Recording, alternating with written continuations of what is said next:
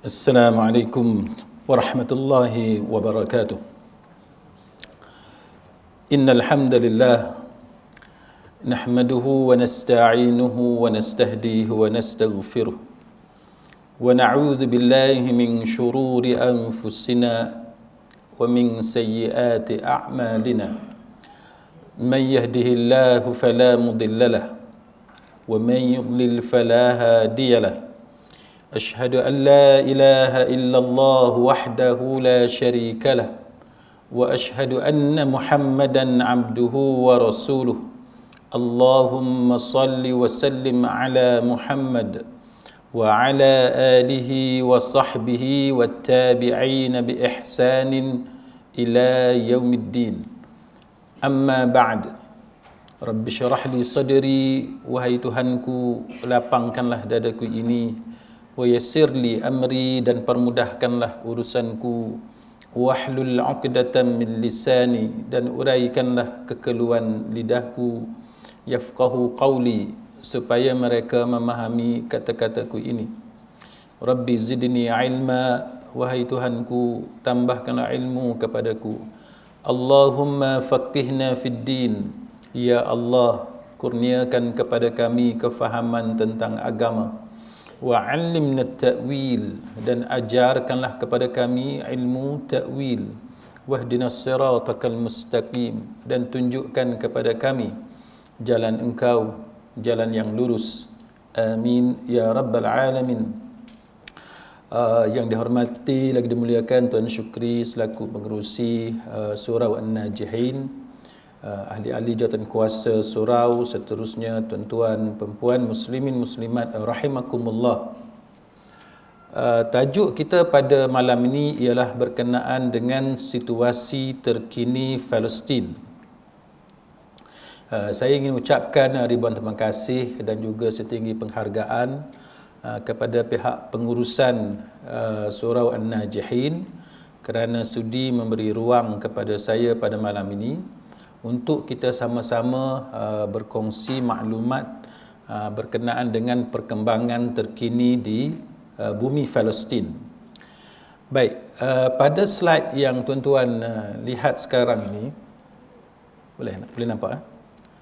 Yang tuan-tuan boleh lihat itu adalah peta Palestin, yang mana sekarang ini perkataan yang digunakan adalah Israel and the occupied territories, kan, negara yang dikenali sebagai negara penjajah Israel dan juga wilayah-wilayah yang didudukinya yang dia jajah. Kalau tuan-tuan lihat peta ini, tuan-tuan akan lihat bagaimana di bawah itu adalah Mesir. Kemudian di sebelah kanan itu adalah Jordan, di bahagian utara Palestin itu Syria dan juga Lebanon. Dalam wilayah tersebut tuan-tuan boleh lihat bagaimana bahagian yang diwarnakan hijau itu West Bank ataupun tebing barat, dan juga Gaza. Tuan-tuan boleh lihat perkataan Gaza itu yang berada di sebelah Laut Mediterranean. Jadi Gaza tu, semenanjung Gaza tu kecil saja tuan-tuan boleh lihat, dan tebing barat tu luas. Jadi itulah yang ada sekarang ini daripada asalnya bumi Palestin yang kemudiannya ditakluki oleh tentera Zionis sehingga sekarang.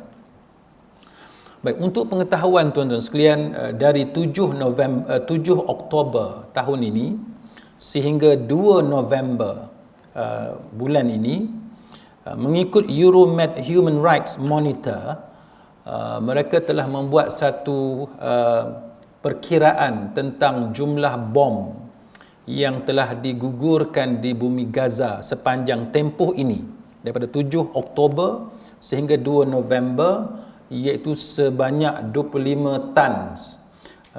Kalau dibandingkan dengan Hiroshima dalam World War II, Perang Dunia yang kedua, 15,000 tons. Jadi ini menunjukkan kepada kita bagaimana untuk tempoh 7 Oktober sampai 2 November tahun ini 1.5 kali ganda kan, kekuatan letupan bom yang telah digugurkan di bumi Gaza apabila dibandingkan dengan jumlah letupan yang digugurkan di bumi Hiroshima. Itu boleh menggambarkan kepada kita betapa dahsyatnya keganasan yang dilakukan oleh tentera Zionis terhadap saudara kita di bumi Palestin. Baik, berdasarkan kepada statistik yang kita ada dari 7 Oktober tahun 2023 baru-baru ini sehingga semalam, hari Sabtu semalam 11 hari bulan 11 tahun 2023, maklumat yang kita perolehi daripada saudara-saudara kita di bumi Palestin untuk tempoh ini sahaja daripada 7 Oktober sampai semalam, angka yang kita ada ialah 11,100 orang telah terkorban syahid. Kita doakan supaya mereka mendapat pahala syahid di sisi Allah Subhanahu wa taala. Itu anggaran. Kita tidak ada satu data yang benar-benar tepat. Dengan sebab masih lagi bumi Palestin itu diserang dengan serangan yang sangat dahsyat oleh pihak tentera Zionis. Jadi kalau tuan-tuan lihat angka-angka yang dilaporkan itu mungkin ada beberapa perbezaan. Cuma anggaran yang diperolehi ialah sekitar 11,100 orang yang kita doakan supaya mereka mendapat pahala syahid di sisi Allah Subhanahu wa taala. Daripada jumlah 11,000 orang itu 4,500 lebih adalah kanak-kanak. 4,500 lebih ataupun 4,506 adalah kanak-kanak, dan daripada jumlah itu juga 3,027 orang adalah kaum wanita dan 678 orang adalah orang tua. Kan, ini adalah civilians, kan, orang yang tidak berdosa, the innocent, orang yang dibunuh oleh tentera Zionis. Dan daripada jumlah yang meninggal itu, yang cedera pula adalah 28,000 orang setakat ni daripada 7 Oktober bulan lepas sehingga semalam.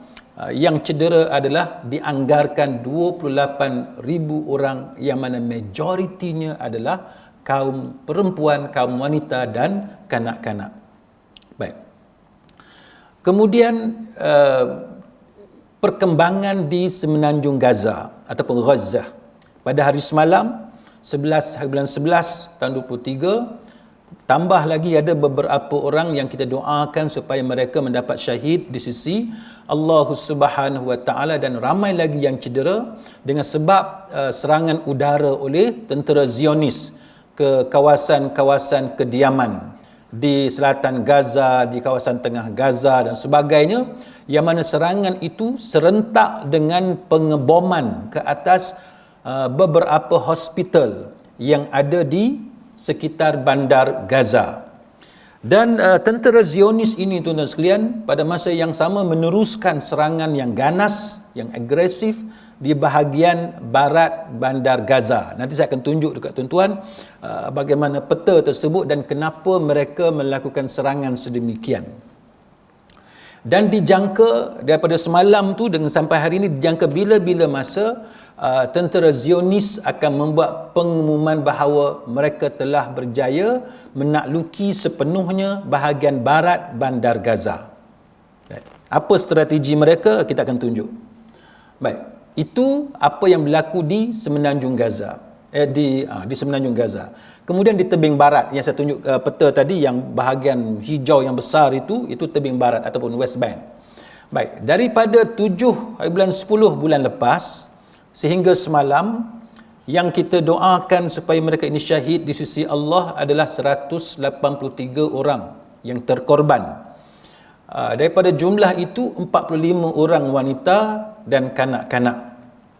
Dan kemudian yang cederanya adalah 2,500 orang. Sebab serangan ni kebanyakannya tertumpu di Gaza. Bukannya di tebing barat. Tebing barat ni hanya tempias-tempias sahaja. Baik. Jadi adalah beberapa insiden tertentu yang berlaku di tebing barat. antaranya ialah peneroka Zionis Yahudi ini daripada kawasan Shiloh, timur Ramallah, yang saya tunjuk peta tadi di bahagian tebing barat. Mereka ini telah menyerang para peladang dan petani di kawasan dari Al-Ma'syariyah di bandar dan merampas tanaman zaitun dan juga peralatan pertanian mereka. Jadi itu yang berlaku di tebing barat setakat semalam. Baik, kemudian di Masjidil Aqsa di Baitul Maqdis Timur ini, tentera Zionis telah memperketatkan kawalan ketenteraan di Masjid Al-Aqsa. Kita tahu selama ini pun mereka memang mengawal Masjid Al-Aqsa. Tetapi sejak daripada bulan lepas 7 Oktober mereka telah mengetatkan lagi kawalan dan mereka telah menghalang orang-orang muda daripada sembahyang di dalamnya. Yang dibenarkan sembahyang hanya sebilangan kecil sahaja orang-orang tua untuk masuk dan sembahyang di dalam Masjid Al-Aqsa. Baik, kemudian di pihak tentera Zionis pula, seramai 1,261 orang terbunuh, termasuk 370 tentera. Baki itu tu pegawai-pegawai polis, pegawai kerajaan dan sebagainya. Itu di pihak tentera Zionis ataupun di pihak kerajaan penjajah. Kemudian yang cederanya ialah yang mengikut laporan mereka ni. Ini adalah laporan daripada pihak Zionis.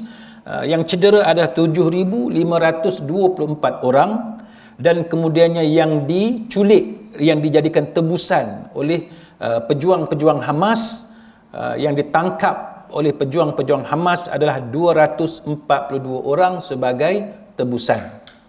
Kalau tuan-tuan tengok, tentera Zionis ni dia pakai cube 4 segi dekat atas dahi itu yang dipanggil sebagai tefillin. Kan, dia tefillin, dia kata tefillin worn on head. Dia pakai dekat dahi, dekat kepala ni, dekat dahi. Apa tujuan dia? To give their mind to God. Kan, dia ikat dekat dahi, ada tali, kemudian dia ikat di bahagian lengan belah kiri. Sebab itu lebih dekat dengan jantung. Sebab kenapa? Tefillin tied to left arm and hand, to give their heart to God, untuk bagi hati itu kepada Tuhan mengikut akidah mereka. Jadi itu cara tentera Zionis berpegang kepada ajaran Taurat berdasarkan kepada kepercayaan mereka. Di sisi kita orang Islam, Taurat sudah tidak wujud dalam bentuk yang asal. Yang ada pada hari ini adalah Taurat yang telah diubah dan dipindah, dirosakkan oleh pemuka-pemuka agama mereka. Baik. Kemudian apa yang berlaku di Lubnan? Di Lubnan, tuan-tuan sekalian, kita tahu bahawa Lubnan ini antara pasukan yang kuat menentang Israel adalah Hizbullah. Baik, Hizbullah ini kita sebagai orang Islam daripada aliran Ahli Sunnah wal Jamaah, kita memang ada masalah dengan Hizbullah. Kerana Hizbullah adalah golongan Syiah. Kan? Mereka ini adalah mereka mendakwa mereka Islam, tetapi mereka berbeza dengan kita, sangat berbeza dengan kita. Jadi kita orang-orang Islam daripada golongan Sunni, kita berada di dalam keadaan yang serba salah. Kan? Dalam keadaan serba salah. Sebab apa kita serba salah? Kerana yang kita hadapi ialah bukan satu pihak. Yang kita hadapi ialah beberapa pihak. Yang pertamanya, kita berhadapan dengan tentera Zionis yang menyerang dan melakukan keganasan terhadap saudara-saudara kita di bumi Palestin. Itu yang pertama. Yang kedua, kita berhadapan dengan musuh Zionis. Tetapi musuh Zionis itu juga berhadapan dengan kita dari sudut ajaran agama, yang mana walaupun nama itu sesama Islam, tetapi mereka datang daripada aliran yang berbeza, kan, yang tidak sama dengan Ahli Sunnah wal Jamaah. Dan yang ketiganya, kita berhadapan dengan kerajaan-kerajaan Arab, yang mana mereka ini juga dalam keadaan di persimpangan. Kerana dalam keadaan mereka berhadapan dengan kezaliman tentera Israel, pada masa yang sama mereka juga menghadapi masalah dengan pejuang-pejuang Hamas, yang mana pejuang Hamas ini sebahagian di kalangan mereka adalah golongan Ikhwan. Dan kita tahu bahawa Ikhwan mempunyai beberapa isu yang tertentu dengan beberapa kerajaan di negara Arab. Jadi ini antara masalah yang dihadapi oleh orang-orang Islam bila kita hendak menguruskan isu Palestin. Baik, maka Hizbullah ni tuan-tuan sekalian telah mengumumkan beberapa target mereka ke atas tentera Zionis di selatan Lubnan. Dia dah umum. Antaranya ialah Magaliyat, Ramim, Al-Jirdah, Hadab Al-Bustan, Radar, Al-Zubdin dan sebagainya. Jadi itu beberapa target mereka. Kemudian apa yang dihadapi oleh Hizbullah di selatan Lubnan ialah pasukan artileri Zionis telah mengebom beberapa bandar di selatan Lubnan. Maknanya berlaku keadaan yang tegang di antara tentera Zionis dengan Hizbullah. Jadi kalau orang kata bahawa Israel ataupun tentera Zionis ini hanya berhadapan dengan kita sahaja, tidak. Dia berhadapan juga dengan pihak di sebelah Lubnan. Dan tentera udara Zionis juga telah mengumumkan bahawa mereka menyasarkan antara target serangan mereka ada infrastruktur yang dimiliki oleh pejuang-pejuang Hizbullah di selatan Lubnan. Jadi ini antara perkara yang dilakukan oleh tentera Zionis, dan termasuklah pihak Zionis telah berjaya memintas, ini mengikut dakwaan pihak Zionis, mereka mengatakan bahawa mereka telah berjaya memintas 2 tapak pelancar peluru berpandu yang mereka kata itu adalah milik Hizbullah yang diarahkan ke bahagian utara Israel. Kalau tuan-tuan tengok peta nanti, peta Lubnan, kita akan tengok bagaimana Lubnan ini dia berada di atas utara, di sebelah utara Israel, kan. Jadi selatan Lubnan itu pejuang Hizbullah dan dia menyerang bahagian utara Israel. Baik, dari segi penilaian suasana semasa, kalau kita lihat apa yang berlaku sekarang ini, kita dapati bagaimana keadaan dalam negara Israel itu sendiri berlaku ketegangan. Mana di kalangan rakyat mereka sendiri, rakyat mereka sedang memberikan tekanan kepada kerajaan mereka. Sebab apa? Sebab bila berada dalam perang, kita tahu bahawa kebanyakan orang tak suka perang. Sebab bila perang bermakna kematian itu boleh berlaku bila-bila masa. Serangan boleh berlaku bila-bila masa, roket boleh sampai bila-bila masa, dan kita tidak tahu roket itu akan sampai di mana. Maka rakyat Israel itu sendiri, tuan-tuan, mereka berada dalam ketakutan. Mereka berada dalam ketakutan. Bukan kata mereka ni berani untuk lawan Palestin, tak. Kebanyakan mereka berada dalam ketakutan. Maka dalam negara Israel itu sendiri telah ada tekanan demi tekanan terhadap kerajaan mereka supaya dilakukan sesuatu untuk menghentikan perang ini. Baik. Kemudian apa alasan dia? Selain daripada rakyat mereka berada dalam ketakutan, selain daripada itu kerana matlamat perang itu sendiri tidak jelas, kan? Rakyat Israel tidak jelas tentang matlamat yang hendak dicapai oleh kerajaan mereka, apa yang cuba dicapai oleh kerajaan mereka. Kemudian seterusnya ialah krisis dalaman dalam negara Israel itu sendiri akibat daripada kesan perang ekonomi. Jadi ini menunjukkan kepada kita, tuan-tuan, bahawa bagaimana boikot itu sendiri sebenarnya memberi kesan. Boikot memberi kesan. Kalau tuan-tuan tengok macam kita dalam media sosial pun, kalau semua orang pakat kutuk kita, kita rasa apa? Kan? Kita rasa apa kalau semua orang pakat kutuk kita? Saya ada kawan-kawan saya yang jadi pensyarah, lecturer di universiti. 2-3 orang yang saya jumpa, kawan saya tanya dia orang, kenapa tak nampak dalam Facebook? Dia kata dia tutup dalam Facebook. Saya tanya sebab apa? Dia kata mengarut dalam Facebook ni, dia kata. Saya tanya sebab apa mengarut? Dia kata tak tahan. Bila buat posting ataupun kita komen, nanti ada orang pakat balun kita berjemaah. Pakat balun berjemaah. Jadi kita sendiri, tuan-tuan, kalau orang pakat balun kita, orang pakat bagi tekanan kepada kita dalam Facebook, bukan dari segi fizikal, dalam Facebook, kita tak tahan. Maka cuba tuan-tuan bayang, kalau tekanan itu dilakukan dalam bentuk ekonomi, maka sedikit sebanyak pihak yang diberikan tekanan itu akan mengalami kesan daripada tekanan tersebut, daripada boikot itu. Maka ini yang menyebabkan rakyat Israel sendiri telah menekan kerajaan mereka supaya mengambil tindakan yang segera untuk menghentikan perang. Sebab dalam keadaan perang ni, semua orang tak selesa, berada dalam keadaan tidak selamat, harga barang melambung dan sebagainya. Kita nak keluar negara, nak guna airport pun kita berada dalam ketakutan. Itu keadaan perang. Kan, macam kita di Malaysia ni kita tak rasa. Sebab Israel ni, Palestin ni jauh daripada kita. Tapi bagi rakyat Israel itu sendiri, walaupun negara mereka disokong oleh Amerika, oleh negara barat dan sebagainya, mereka tahu bahawa mereka tak selamat. Nak naik kapal terbang, nak keluar daripada Israel, tu boleh tengok bagaimana kelam kabut berlaku di beberapa lapangan terbang di Rusia dan sebagainya.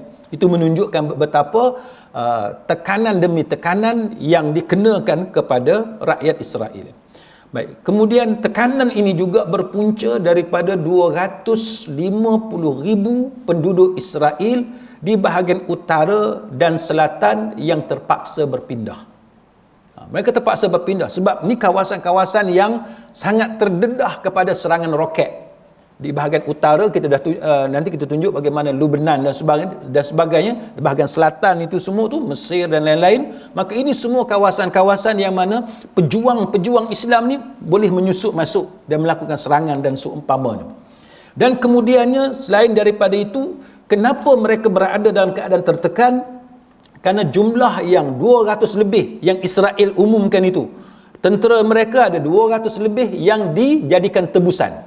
Maka kerajaan Israel mendapat tekanan daripada keluarga tahanan ataupun keluarga tebusan itu untuk membebaskan ahli keluarga mereka yang mereka dakwa diculik ataupun ditahan oleh pejuang-pejuang Palestin.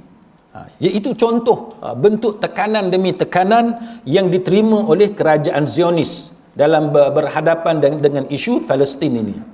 Baik, kemudian selain daripada itu juga masyarakat antarabangsa sedang meningkatkan tekanan ke atas penjajah Zionis ini untuk menghentikan serangan terhadap Gaza.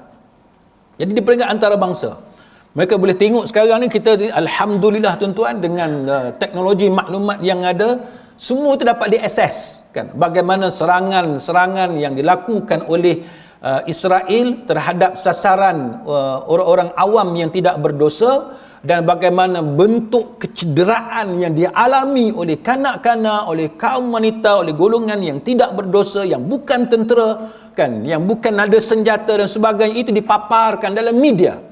Maka masyarakat antarabangsa melihat semua ini. Maka dengan sebab itu masyarakat antarabangsa memberi tekanan demi tekanan terhadap Zionis dengan sebab jenayah yang mereka lakukan terhadap umat Islam Palestin. Baik, selain daripada itu, yang mereka tertekan ini kerana berlaku pola perubahan. Dia ada trend nampak berubah. Pendapat masyarakat antarabangsa yang selama ni banyak menyokong Zionis. Kalau dulunya mereka menyokong Zionis, sekarang ni dah berubah. Saya bagi contoh dekat tuan-tuan, Amerika sebagai contoh kan. Sebuah negara yang selama ni kita anggap inilah negara yang selama ini menyokong Zionis. Tapi realiti sebenarnya tuan-tuan, yang menyokong Zionis ini adalah pemimpin-pemimpin negara Amerika.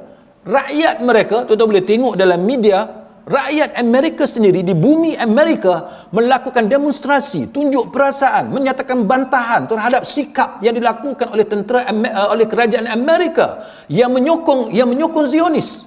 Maknanya rakyat Amerika sendiri dalam medianya kita lihat majoriti, kebanyakan mereka membantah polisi luar yang diambil oleh Amerika dalam isu Israel dan Palestin ini. Jadi perubahan ini, tuan-tuan sekalian, perubahan ini telah memberi tekanan kepada Israel. Kalau kita lihat apa bukti mereka tertekan, kita boleh lihat hari ini bagaimana kita orang Islam bila nak tulis Zionis pun kena ejaan lain. Bila nak tulis Israel pun kena tulis ejaan lain. Pasal apa? Facebook ban, dibuat sekatan, TikTok dan sebagainya, media sosial banyak ambil tindakan. Maka sebahagian pada kita nak buat status, nak cerita apa, bila tulis Israel, Zionis dan sebagainya, sengaja mengeja dengan ejaan lain. Menunjukkan apa? Menunjukkan bahawa pihak yang menguasai media ini, sama ada mereka ini adalah Zionis ataupun sympathizer kepada Israel dan sebagainya, mereka sendiri tahu bahawa mereka tertekan dengan keadaan yang berlaku. Mereka nak kawal media itu supaya media ini tidak nampak sangat majoritinya menyokong umat Islam Palestin. Baik. Kemudian kita dapati bagaimana boikot ini, pemulauan ekonomi ini semakin bertambah dan semakin mendapat sokongan, berbeza dengan siri boikot sebelum ini dalam isu-isu Palestin sebelum ini. Sekarang ni boikot pada kali ini lebih meluas, kan, lebih meluas dan lebih mendapat sokongan daripada orang ramai, sama ada di negara orang Islam atau di peringkat antarabangsa di negara Eropah dan sebagainya. Kemudian impak ke atas polisi antarabangsa Israel sendiri dan hubungannya dengan negara Arab dan perjanjian normalisasi dan juga harmonisasi, dia ada kesan. Kalau sebelum ni kita lihat bagaimana ada negara-negara Arab, kan, yang menandatangani beberapa perjanjian dengan Israel. Contohnya di Abraham Accords sebagai contoh, kan, Abraham Accords. Sebab apa nama dia Abraham? Sebab tiga agama ni, Yahudi, Kristian dan juga Islam, tiga agama ni semua ni mengangkat Nabi Ibrahim alaihissalam. Jadi pemimpin-pemimpin Amerika dan sebagainya, mereka menggunakan nama Abraham, dinamakan dengan Abraham Accords, untuk menunjukkan kononnya ini adalah kesepakatan daripada tiga agama ini, negara-negara Arab, kan, negara Amerika, negara Barat termasuk Israel sebagai negara Yahudi. Mereka ini berada di bawah satu nama, iaitu nama Abraham, nama Nabi Ibrahim alaihissalam. Jadi dalam keadaan setengah negara Arab yang menandatangani beberapa perjanjian di bawah Abraham Accords, sekarang ni menyebabkan negara-negara Arab dan negara umat Islam ini telah mengambil sikap yang berbeza. Kalau dulu nampak macam hendak berdamai dengan Israel, tapi dengan keganasan terbaru yang dilakukan oleh Israel terhadap umat Islam Palestin, menyebabkan dia bagi kesan kepada polisi luar dan polisi di peringkat antarabangsa, antara negara Arab dan juga negara Yahudi Zionis. Selain daripada itu, juga berlaku tekanan rakyat Amerika yang saya sebut sebentar tadi, yang melibatkan kempen oleh Presiden Joe Biden. Jadi dalam kempen pilihan raya ni kita tahu bahawa yang calon presiden yang penting bagi mereka dalam sebagai calon pilihan raya ialah dapat undi, dapat sokongan rakyat majoriti. Kalau mereka tidak dapat sokongan, mereka akan kalah. Parti itu akan kalah. Jadi trend sekarang ni, ramai rakyat Amerika telah menzahirkan bantahan mereka terhadap polisi kerajaan Amerika dalam mengurus krisis dan polemik yang berlaku antara Israel dengan Palestin. Maka ini memberi kesan sebenarnya kepada Amerika. Baik, selain daripada itu, penilaian situasi lain ialah situasi di Gaza yang menunjukkan bagaimana tentera penjajah ni, tentera Zionis, berusaha untuk bagi gambaran bahawa mereka menang di Gaza. Mereka cuba nak bagi gambaran yang mereka ni menang dalam perang ini. Dengan cara bagaimana? Iaitu dengan cara memasuki bahagian barat. Itu yang saya sebut tadi. Gaza tu dia bagi fokus ke bahagian barat Gaza.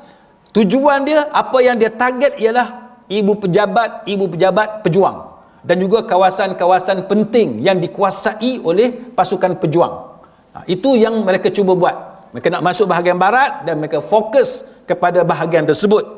Dan kemudian operasi tentera Zionis di bahagian utara bandar Gaza dan timur bandar Gaza. Kenapa? Sebab dia fokus kepada untuk mencegah serangan yang dilakukan oleh Hamas terhadap tentera Zionis melalui terowong-terowong yang digali dalam bumi Gaza. Itu yang mereka fokus. Kalau tuan-tuan tengok, serangan melalui terowong ni sebenarnya sangat berkesan dalam menjejaskan atau memberi kesan kepada emosi dan psikologi tentera Zionis. Kalau tuan-tuan tengok macam dokumentari perang antara Vietnam dengan Amerika, tuan-tuan boleh tengok bagaimana cara tentera Vietnam menggunakan terowong untuk mengalahkan tentera Amerika yang jauh lebih moden dan jauh lebih kuat, lebih banyak peralatan yang sophisticated berbanding dengan Vietnam. Dan kita tahu Amerika kalah dalam perang Vietnam Amerika. Kita tahu dia kalah. Dan dalam filem dokumentari itu tuan-tuan boleh tengok bagaimana antara strategi yang digunakan oleh tentera Vietnam ialah menggunakan terowong-terowong yang ada. Mereka gali terowong beratus kilometer panjangnya, dan bila tentera Amerika yang lawan dengan Vietnam ni, dia masuk dalam terowong tersebut, dalam tu macam-macam kaedah yang digunakan oleh tentera Vietnam untuk membunuh tentera Amerika yang masuk ke dalam terowong tersebut. Ada yang dia orang dah siap tunggu dengan kala jengking. Kan, bila tentera Amerika masuk dalam terowong tersebut, terowong tu muat satu orang lah. Bukan boleh berjalan dalam tu, dia kena merangkak masuk dalam tu. Bila masuk dalam tu, jumpa kala jengking, mati dalam tu. Ada yang dia letak ular berbisa dalam tu. Ada yang bila merangkak masuk, nak keluar daripada lubang tersebut, tentera Vietnam dah tunggu dah. Dia jerut dengan tali, macam-macam. Jadi itu semua benda yang strategi dan kaedah yang digunakan oleh tentera Vietnam untuk menghadapi tentera Amerika yang jauh lebih kuat berbanding dengan mereka. Dan tuan-tuan boleh tengok macam mana Vietnam ni dia guna barang-barang yang mereka ada je. Mereka guna duri, benda-benda tajam yang disapu dengan najis manusia, dengan air kencing manusia, yang mana bila buluh-buluh runcing tadi, bila terkena kepada tentera Amerika, buluh runcing yang dah dicemari dengan najis manusia tadi, maka kuman-kuman tadi bila mencederakan tubuh tentera Amerika, menyebabkan kecederaan itu sukar untuk sembuh. Yang mendapat jangkitan kuman, dia mati. Tentera Amerika mati, menderita di bumi Vietnam. Itu contoh nak tunjuk kepada tuan-tuan bagaimana pihak Vietnam menggunakan apa sahaja yang mereka ada, termasuk kemahiran menggunakan terowong untuk mengalahkan tentera Amerika. Dan itulah gambaran yang berlaku di bumi Gaza, iaitu bagaimana pihak Amerika, bagaimana pihak Zionis pihak Zionis tahu bahawa Hamas, pejuang-pejuang Islam Palestin ini mahir menggunakan terowong-terowong yang ada, maka serangan di bahagian utara dan timur bandar Gaza adalah memberi fokus untuk menghalang serangan daripada pejuang Hamas daripada menggunakan terowong-terowong yang ada di sekitar timur dan juga utara bandar Gaza. Baik, seterusnya kan, hasil daripada analisa perang di medan di semenanjung Gaza menunjukkan tentera Zionis ini sedang mengepung bandar Gaza dalam bulatan dan tidak bertujuan untuk masuk jauh ke dalam bandar. Ini kerana dari segi operasi tentera, ianya terlalu padat dan sukar serta memerlukan tempoh masa yang panjang. Jadi operasi ketenteraan Zionis terhadap Gaza kali ini tidak akan dapat ditamatkan dengan cepat dan juga mudah. Baik. Saya tunjuk contoh kepada tuan-tuan.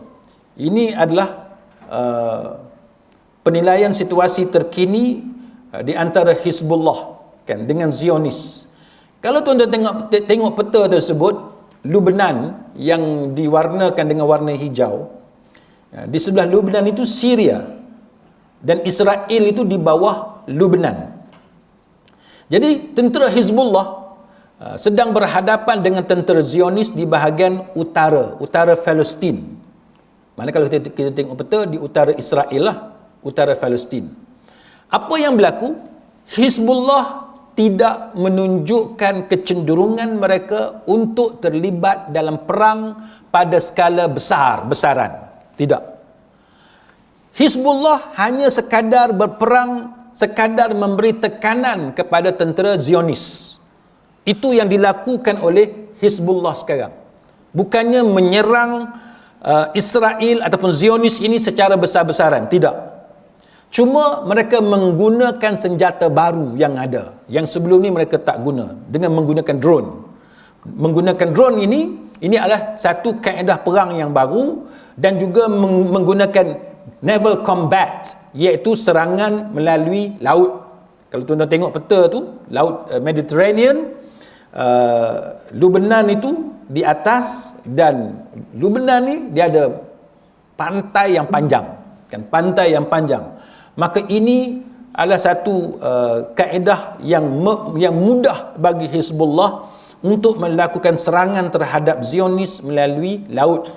Jadi ini satu kaedah yang sebelum ni Hizbullah tak pernah buat. Jadi ini yang dijangkakan yang akan dilakukan Hizbullah pada masa-masa yang ke depan ini. Baik.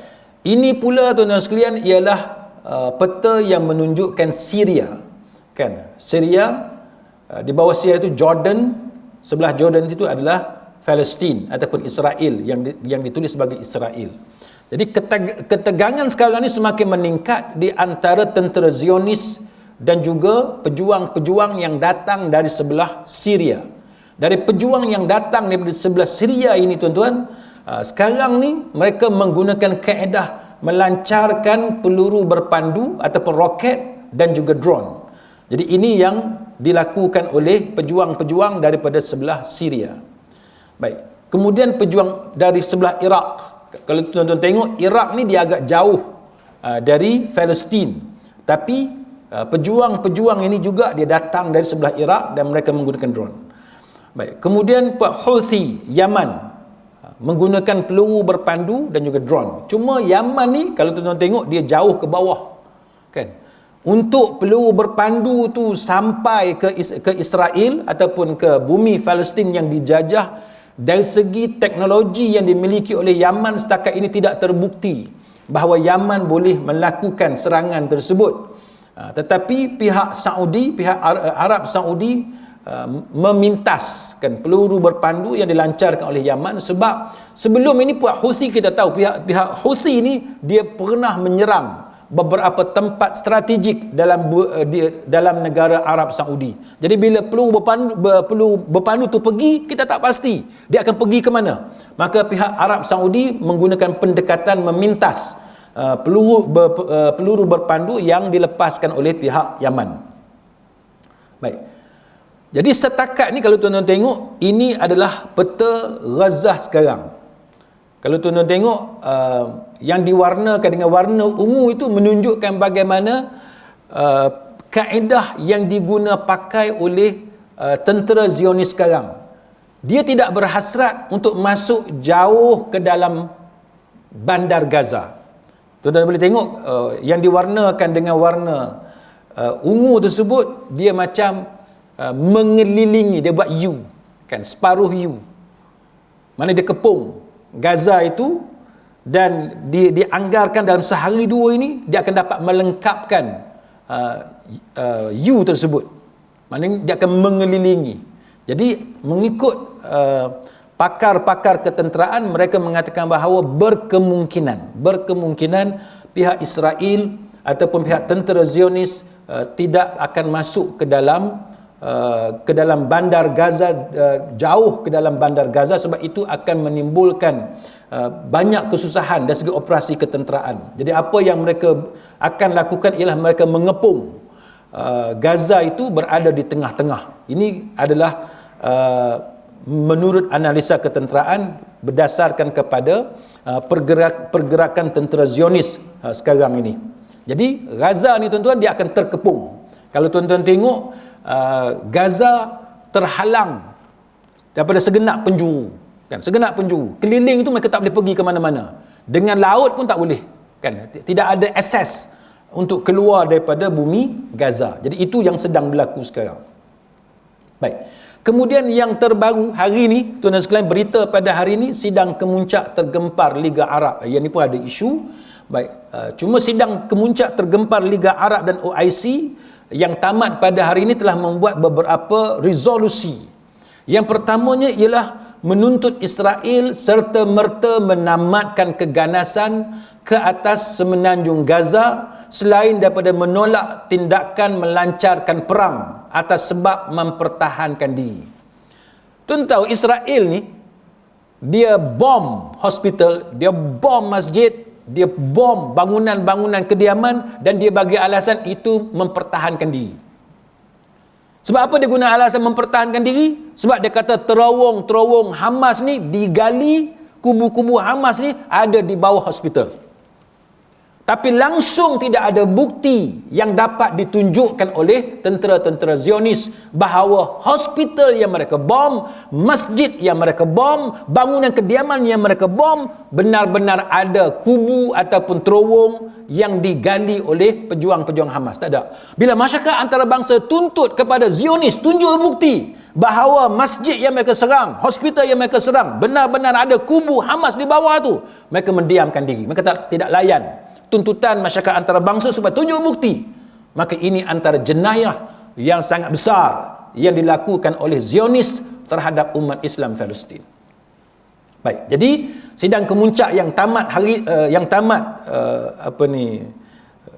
yang baru tamat telah menuntut terhadap kerajaan penjajah Israel ini, Zionis ini, supaya menamatkan serta-merta keganasan yang mereka lakukan dan jangan lagi menggunakan alasan mempertahankan diri untuk menghalalkan tindakan mereka yang mengebom masjid, yang menghancurkan hospital dan seumpamanya.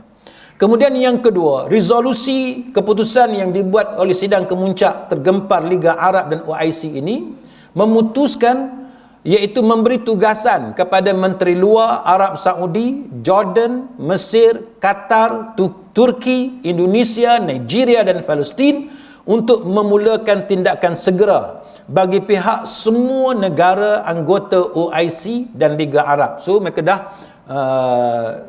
bagi tugas kepada Menteri Luar. Kemudian yang ketiganya, merumuskan satu langkah antarabangsa bagi menghentikan perang di Gaza dan untuk memberi tekanan bagi membolehkan proses politik dilaksanakan bagi mencapai keamanan yang kekal dan menyeluruh mengikut ketetapan antarabangsa. Jadi ini semua cadangan. Macam mana mereka nak buat, kita akan tengok. Kemudian menyuruh negara anggota OIC dan Liga Arab untuk mengenakan tekanan diplomatik, politik dan undang-undang dan mengambil sebarang tindakan pencegahan untuk menghentikan jenayah kemanusiaan yang dilakukan oleh pihak penceroboh. Tapi sebagaimana laporan berita, tuan-tuan sekalian, ada beberapa negara Arab yang tidak bersetuju dengan cadangan supaya dihalang penggunaan pengkalan-pengkalan tentera Amerika yang ada di beberapa tempat dalam negara Arab. Ini masalah kita. Kan? Mana negara orang Islam sendiri, negara Arab yang majoritinya beragama Islam, mereka enggan bersetuju dengan cadangan supaya kita halang penggunaan pengkalan tentera Amerika daripada digunakan untuk menyerang Palestin. Kita yang ni pun kita tak boleh bersatu. Ya, ini masalah yang dialami oleh negara-negara Arab sesama mereka. Baik, kemudian menggesa PBB untuk mengambil keputusan yang mengikat. Mengikat ni maknanya binding, kan? Bukan kata buat keputusan je, tetapi mana-mana negara nak ikut boleh ikut, mana-mana negara yang tak mau ikut tidak ada sebarang tindakan yang dapat dikenakan kepada mereka. Ini satu contoh benda yang sia-sia yang selama ini dilakukan oleh PBB.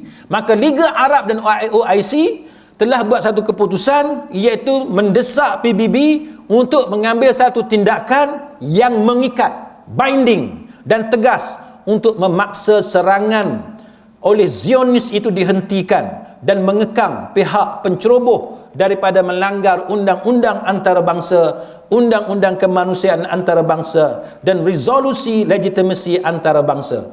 Kita ada undang-undang antarabangsa, kan? Kita ada undang-undang antarabangsa. Apa dia contoh international law, tuan-tuan?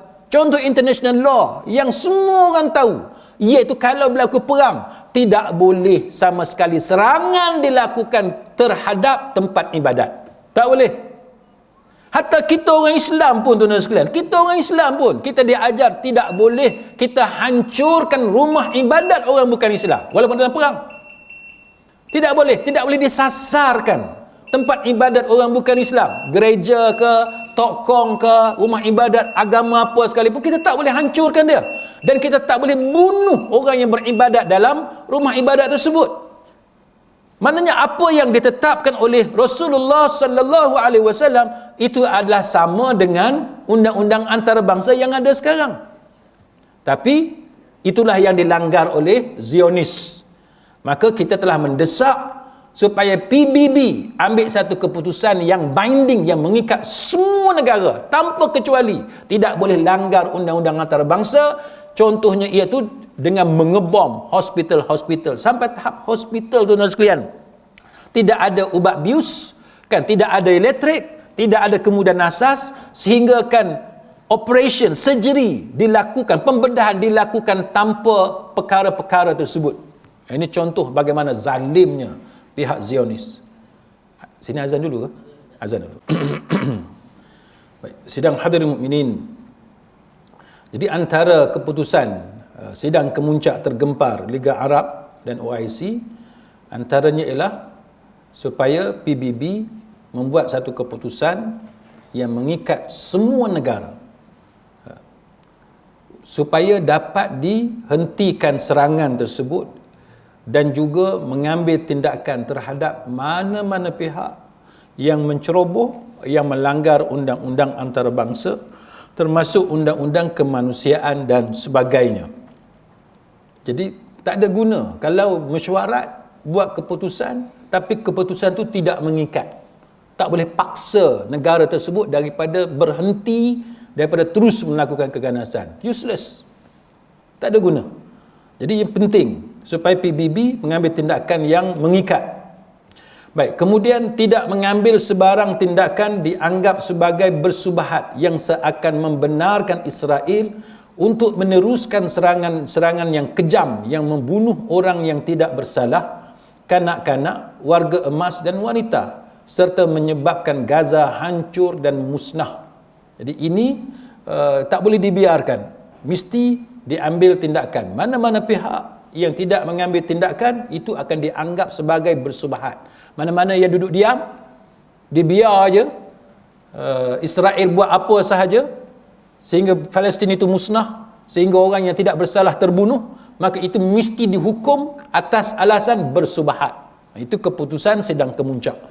Kemudian seterusnya menyeru semua negara untuk menghentikan ekspor senjata dan peluru kepada pihak penceroboh yang digunakan untuk membunuh rakyat Palestin dan memusnahkan rumah, hospital, sekolah, masjid, gereja dan segala kemudahan yang ada. Yang musnah ni tuan-tuan bukan masjid sahaja, bukan milik orang Islam sahaja, malah rumah ibadat agama lain juga musnah. Dimusnahkan oleh peluru dan senjata yang dijual kepada Zionis. Jadi sidang kemuncak buat keputusan semua negara dalam dunia ni mesti berhenti daripada ekspor senjata dan peluru ataupun bahan letupan kepada tentera Israel. Dan kita tahu bahawa keputusan ini sebenarnya satu keputusan yang ditujukan khusus kepada Amerika yang banyak membekalkan senjata kepada Israel.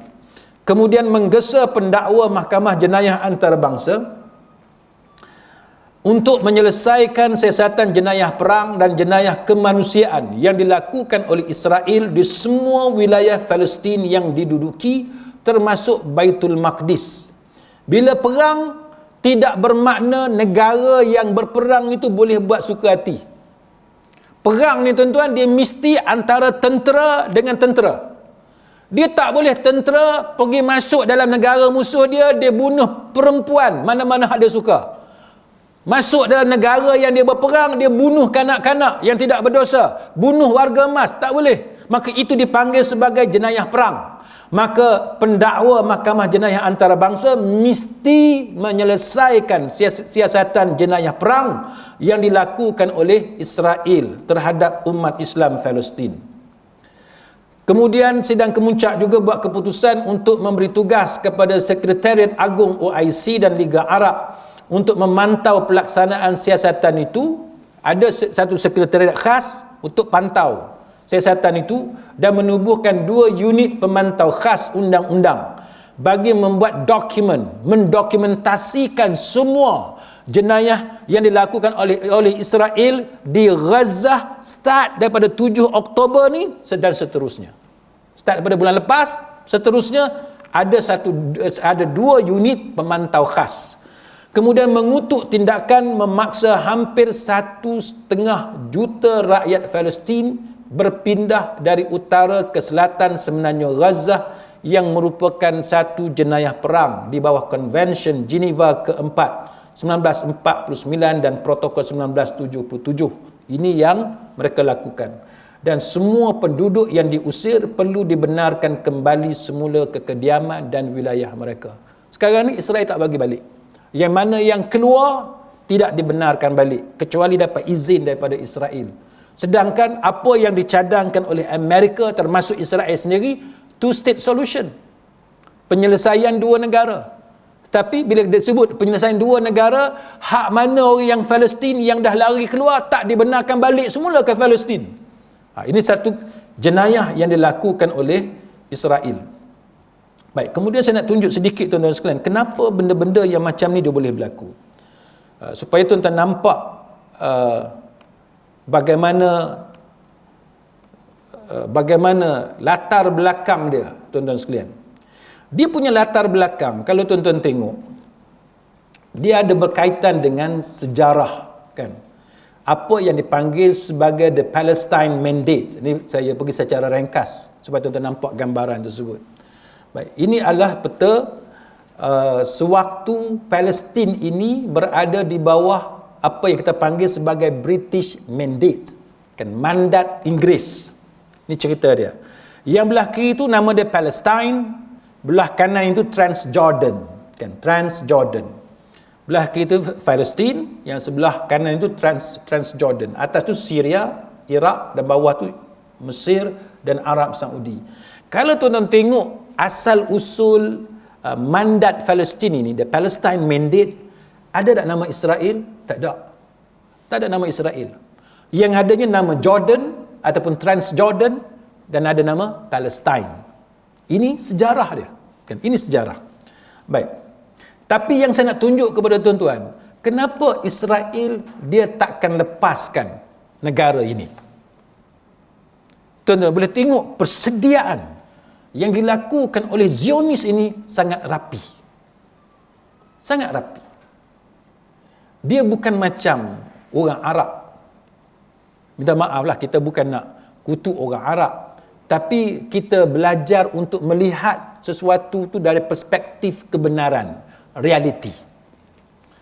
Kalau tuan-tuan pergi ke negara Arab, tuan-tuan tengok, nombor 1 tuan-tuan touchdown, naik aircraft, kapal terbang, benda yang pertama tuan-tuan nampak, lapangan terbang dia lah. Yang tuan-tuan jumpa mula-mula sekali orang Arab, immigration. Macam mana tuan-tuan tengok immigration Arab dengan immigration negara lain? Ada beza tak? Beza. Yang tu pun beza dah. Dari segi kecekapan, dari segi efisien bekerja itu, dari segi fokus kepada pekerjaan, banding immigration Arab dengan immigration Mak Saleh sebagai contoh, negara Eropah ataupun negara lain, beza, sangat berbeza. Itu belum kita bercakap tentang budaya bekerja orang Arab, kan?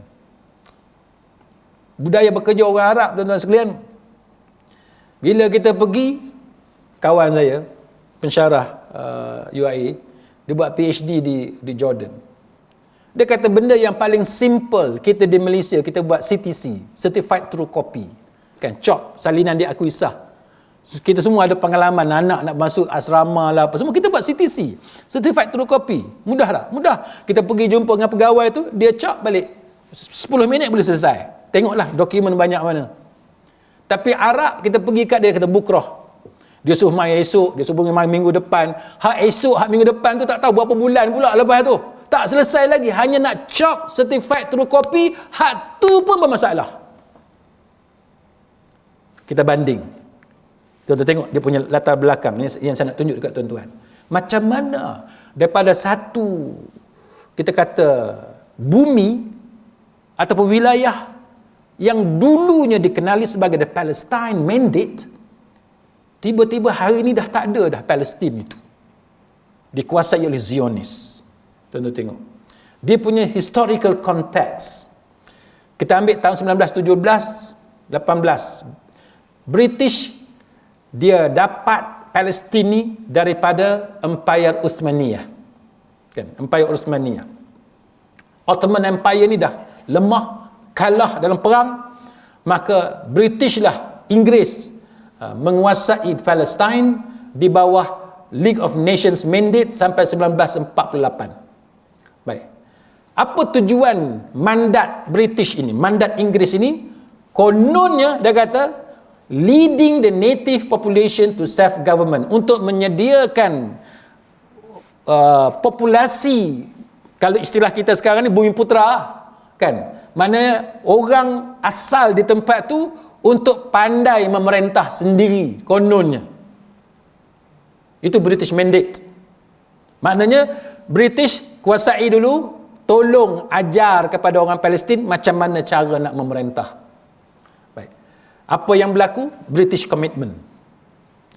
Apa dia? Iaitu establishment of a Jewish national home. British telah memberi satu komitmen, dia akan mewujudkan sebuah negara Yahudi. Itu start masalah dia. Bermulanya masalah. Maka bila British bagi komitmen macam tu, facilitation of Jewish immigration and colonization, maka bermulalah apa yang dilakukan oleh British dalam menyediakan kemudahan dan ruang serta peluang kepada Yahudi untuk immigrate, berpindah daripada Eropah, daripada Rusia dan sebagainya, daripada dunia ni, maka mereka berhijrah datang ke Palestin dan menjajah bumi Palestin. Itu yang berlaku. Dan apa yang berlaku, tuan-tuan sekalian, orang-orang Arab Palestin menentang perkara ini. Baik. Kemudian apa yang kita panggil sebagai Balfour Declaration. Dalam Balfour Declaration ini, apa yang berlakunya ialah, iaitu promise to protect civic and religious rights, tapi tidak dijamin hak politik. Maka apa yang berlaku, orang-orang Arab telah menentang dan melakukan boikot dan juga tidak patuh kepada pemerintahan Inggeris. Maka berlaku beberapa penentangan dan sebagainya, dan tentera British dihantar untuk menghadapi kebangkitan orang-orang Arab pada masa itu. Jadi ini perkara yang berlaku, latar belakang dia. Maka dalam Perang Dunia yang Kedua, dia ada satu apa yang dipanggil sebagai Radio Security Service, yang mana Radio Security Service ini, RSS ini, monitoring Haganah, Lehi dan Irgun. Jadi ini permulaan kepada macam mana orang Yahudi ini, Zionis ini, dia ada kemahiran. Dia ada kemahiran, dan kemahiran ini tidak dipunyai oleh orang-orang Arab Palestin. Baik, kemudian apa yang berlaku? Mereka terlibat dalam perkhidmatan radio, wireless, perisikan dan sebagainya dengan tentera British, dan latihan itu diberikan oleh British untuk menghadapi kemungkinan Jerman akan menyerang dalam Perang Dunia yang Kedua. Maka British telah melakukan kerjasama dengan Haganah dan juga perisikan British, maka disitulah Zionis ini dilatih oleh British. Arab tidak ada latihan. Orang Arab tidak ada latihan, tuan-tuan. Baik. Maka apa yang berlaku, tuan-tuan, pada masa itu lepas perang, pelarian-pelarian Yahudi ini, ada yang selamat daripada Holocaust, yang terselamat daripada kekejaman Jerman dan sebagainya. Ada 600,000 orang Yahudi yang terselamat, dan mereka ni tidak ada negara. Mereka ni tidak ada negara. Maka pada masa itu, pihak Zionis ini melancarkan kempen menentang Inggeris di Palestin, dan Zionis ini telah melakukan serangan bom dan juga pembunuhan terhadap penjajah Inggeris pada masa itu. Baik, maka di situlah tuan-tuan sekalian mereka mempunyai kelebihan berbanding dengan orang-orang Arab dari segi perisikan, dari segi code breaking dan sebagainya, dan dia tahu kapal-kapal yang datang dan sebagainya, dia tahu kapal mana yang akan datang, maka dia akan guna semua peluang-peluang tadi untuk membawa imigran Zionis daripada luar untuk masuk ke Palestin. Sebab tu asalnya Yahudi ni tak ramai, Zionis tak ramai di bumi Palestin, tapi kemudiannya bilangan dia bertambah dengan cepat dan mendadak. Kenapa? Sebab ni golongan-golongan Zionis yang mendapat latihan dalam tentera yang dilatih oleh British asalnya untuk menentang tentera-tentera Jerman.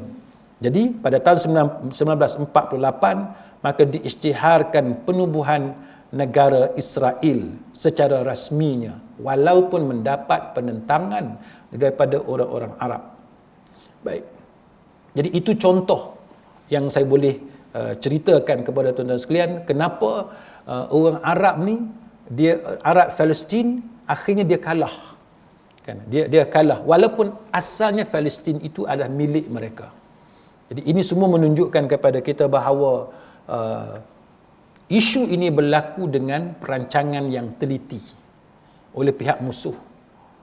Maka jikalau kita orang-orang Islam tidak mempersiapkan diri kita, negara-negara umat Islam tidak bersatu untuk mengumpulkan kekuatan dan mengatur strategi yang terbaik, maka sukar untuk kita mencapai kemenangan dalam usaha kita untuk menghentikan keganasan yang dilakukan terhadap saudara-saudara kita di bumi Palestin.